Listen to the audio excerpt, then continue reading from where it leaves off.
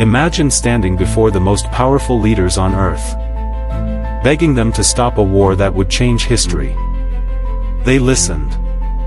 Then they did nothing. As poison gas fell from the skies onto his people, one man warned the world. Today it is us. Tomorrow, it will be you. Within a few years, his warning came true. He was crowned King of Kings, hailed as the conquering Lion of Judah, and worshipped as a living God by millions. He defied one of history's most ruthless dictators, returned from exile to reclaim his throne, and transformed Ethiopia into a symbol of African independence. But behind the golden crown, his empire was quietly falling apart. Famine, unrest, betrayal, and in the end, the emperor who survived foreign invasion would lose everything to his own people. This isn't just the story of a king. It's the rise and heartbreaking ruin of Haile Selassie. And by the time this story ends, you'll understand why one of the world's most celebrated rulers met one of history's loneliest endings. To understand how one man could become both an emperor and a legend, you first have to understand the country that made him. Long before the scramble for Africa, before European empires carved up the continent, there stood Ethiopia, one of the oldest civilizations on earth. A kingdom that claimed an unbroken royal bloodline stretching back nearly 3,000 years to King Solomon and the Queen of Sheba. While kingdoms rose and fell around it, Ethiopia endured. It defeated invading armies, preserved its ancient Christian faith, and became a symbol of African independence in an age of colonial conquest. Into this extraordinary world. July 23, 1892. Near the ancient city of Harar, a boy named Tafari Makonnen was born. No one knew this quiet child would one day become one of the most influential rulers in modern history. But destiny had already begun testing him. He lost his mother while still young. Not long after, his father, one of Ethiopia's most respected nobles, also died. For many, such tragedy would have ended any dream of greatness. For Tafari, it became the beginning. Unlike most young nobles, he wasn't known for his strength in battle. He was known for his sharp mind. He studied languages, religion, history, and diplomacy, earning a reputation as a thoughtful leader who believed Ethiopia could embrace the future without abandoning its ancient traditions. As he governed province after province, his wisdom caught the attention of the imperial court. Then, in 1916, everything changed. At just 24 years old, Tafari became regent under Empress Zewditu, making him the most powerful man in Ethiopia after the empress herself. The empire stood proudly as one of Africa's few independent nations, but it was still bound by centuries-old traditions. Tafari wanted something more. He expanded schools, strengthened the central government, encouraged modernization, and opened Ethiopia to the world. In 1923, he secured Ethiopia's membership in the League of Nations, sending a powerful message that Africa belonged on the global stage. A year later, he toured Europe, where kings and presidents welcomed him with remarkable respect. The young Ethiopian leader had become an international figure. Then, on November 2, 1930, the moment finally arrived. Before thousands of spectators, foreign dignitaries, and ancient religious ceremonies, Rastafari was crowned Emperor Haile Selassie I, Power of the Trinity. To his people, it marked the beginning of a new era. To the world, it announced the arrival of a remarkable leader. But while Ethiopia celebrated, a dangerous man across the Mediterranean had already begun making plans. His name was Benito Mussolini, and he intended to destroy everything Haile Selassie had built. For a few short years, It seemed Haile Selassie's dream was becoming reality. Schools opened. Roads stretched across the empire. The military grew stronger. Addis Ababa was emerging as one of Africa's most important capitals. But across the Mediterranean, another leader had his eyes fixed on Ethiopia. Benito Mussolini wanted revenge. 40 years earlier, Ethiopia had humiliated Italy at the Battle of Adwa, the first time an African nation had defeated a European colonial army in the modern era. Mussolini wanted to erase that humiliation. In October 1935, Italy invaded. Thousands of soldiers poured across Ethiopia's borders. Modern tanks rolled forward. Fighter planes filled the skies. Then came something even more terrifying. Chemical weapons. Mustard gas rained down on soldiers, villages, rivers, and farmland. Men who survived the bombs collapsed from poison. Entire communities were left devastated. The Ethiopian army fought with extraordinary courage. But bravery alone couldn't stop machine guns and aircraft. By May 1936, Haile Selassie faced an impossible choice. Stay, and almost certainly die. Or leave, and continue fighting for his country from abroad.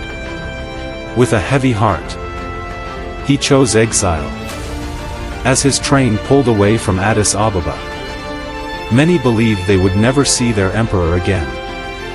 Weeks later, the world witnessed one of history's most unforgettable speeches. Standing before the League of Nations in Geneva, Haile Selassie pleaded for justice. He described innocent civilians burned by poison gas, villages destroyed, and a nation fighting for its survival. Then he delivered a warning the world would never forget. It is us today.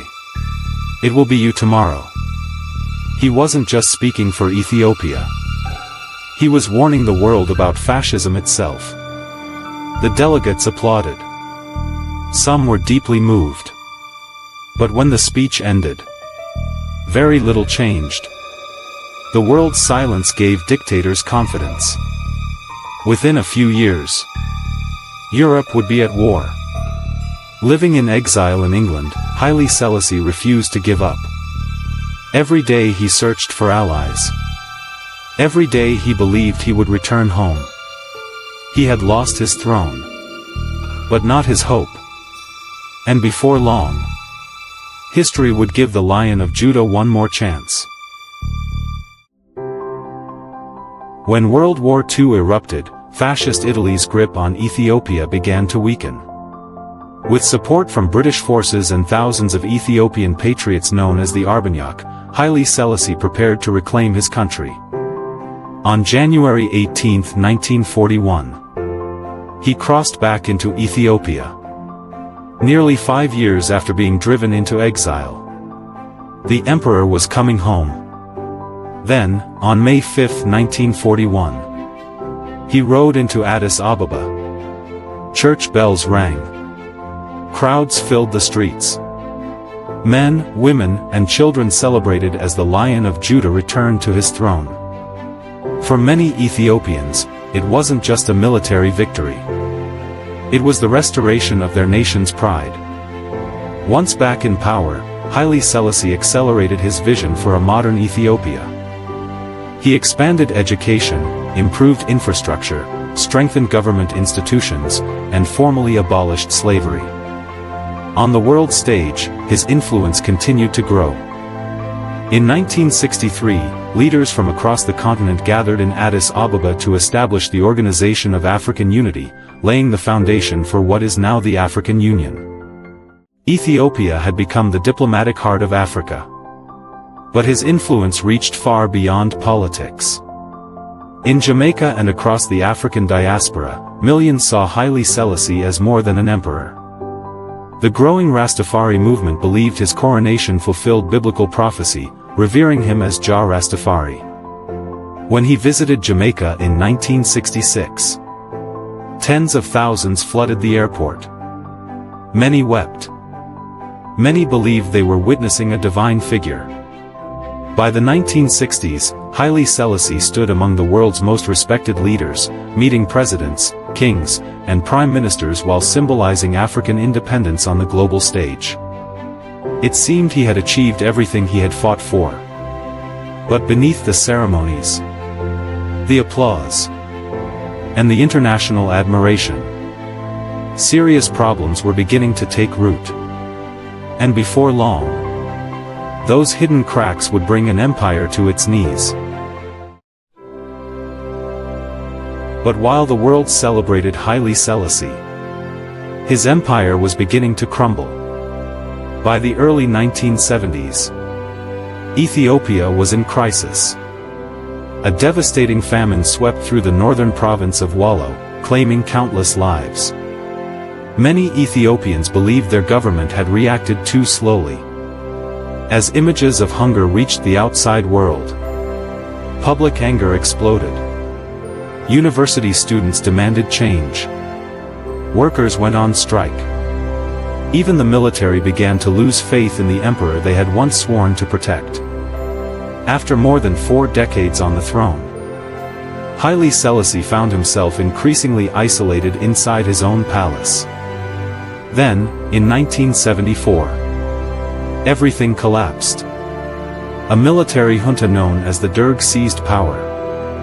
The man who had stood against fascist Italy, who had addressed the world in Geneva, who had inspired millions across Africa and beyond, was quietly escorted from his palace. There were no cheering crowds, no royal procession, only silence. The Lion of Judah had fallen. Confined to house arrest, the once powerful emperor spent his final months in near isolation. Then, on August 27, 1975, he died. The new regime announced that he had passed away from natural causes. Years later, investigations concluded he was most likely murdered by strangulation on the orders of the Derg. His body was secretly buried beneath the palace. For decades, the world didn't know where its emperor lay. Only in the year 2000 was Haile Selassie given a formal burial worthy of the man who had once ruled an empire. In the end, the ruler who survived foreign invasion was defeated not by an outside enemy, but by famine, political unrest, and a revolution born within his own country. It was a tragic ending for the man who had spent his life trying to protect Ethiopia. Haile Selassie's story is one of history's greatest contradictions. A man born into an ancient kingdom, who dreamed of building a modern nation. A ruler who stood alone against fascism, and warned the world of a danger it refused to confront. A king who inspired millions, not only as an emperor, but as a symbol of hope, resilience, and African pride. To many Rastafarians, he remains Jah Rastafari, a spiritual figure whose legacy transcends politics. To historians, he is remembered as something even more fascinating. A visionary who transformed Ethiopia, yet struggled to transform it fast enough. His greatest victories earned him worldwide admiration. His greatest failures cost him his throne. Perhaps that is the cruelest lesson of all. Power isn't lost in a single day. It fades. One decision, one crisis, one missed warning at a time. More than 80 years after he stood before the League of Nations, Haile Selassie's warning still echoes across history. Ignore aggression today, and the consequences will reach everyone tomorrow. His crown is gone. His palace belongs to history. But his story still lives on. A timeless reminder that even the greatest rulers cannot escape the relentless march of time. Because in the end, every empire falls. Every crown grows heavy. And every legend is remembered. Not only for how high they rose, but for how they faced the moment they fell. This was the rise to ruin of Haile Selassie. If you enjoyed this story, subscribe and turn on notifications. Next we'll cover another ruler, who tasted both glory and total destruction. Comment below. Who should we do next?